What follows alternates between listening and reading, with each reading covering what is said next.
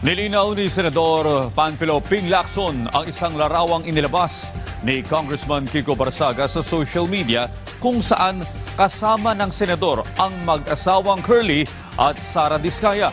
Yan ang ulat ni Daniel Manalastas.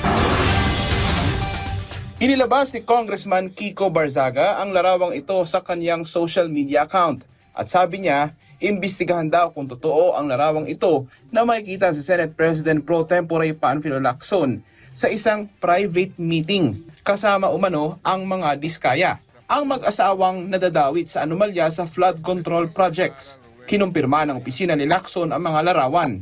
Sabi ng senador, ngayong kumakalat ang larawang ito, ibig sabihin ay para sirain ang kredibilidad at reputasyon niya bilang chairperson ng Senate Blue Ribbon Committee na nag-iimbestiga sa mga anomalya sa flood control. Hindi niya raw kilala ang mga Diskaya at ito ang una at isang beses na nakasama niya ang mga ito sa labas ng pagdinig ng komite na nagtagal lang daw sa loob ng 15 hanggang 20 minuto. Anya, noong campaign period, dinala raw ng isang campaign supporter mula sa Davao City ang mga Diskaya sa kanyang opisina. Sa pulong daw na ito, inimbitahan si Lacson na dumalo sa isang political rally ng isang party list kung saan tumatakbo bilang nominee ang anak ng mga Diskaya.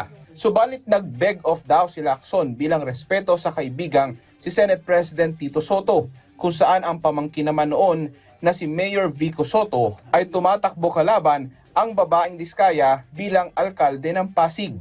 Binigyan din ni Lacson na hindi siya nakatanggap at hindi rin daw nag-offer ng kahit anong campaign contribution sa kanya ang mga Diskaya. Kung tatanungin naman si Senador J.V. Ejercito sa investigasyon ng Blue Ribbon Committee kay dating Congressman Zaldico, but resignation does not mean that yung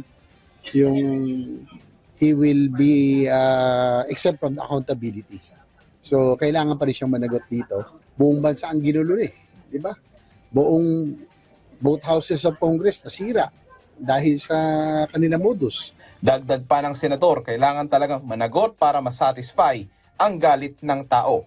Nakakalula in fact, no? Kaya kailangan lang talagang managot dito. At yung sa akin lang, sana maibalik yung focus doon sa mga nagsimula na modus, no? Na hindi naman sa naano ko sa mga aking makasama, pero bakit sa Senado nabaling ang init? Sino ba nagsimula ng lahat ng ito?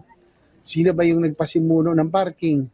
Daniel Manalastas para sa Pambansang TV sa Bagong Pilipinas.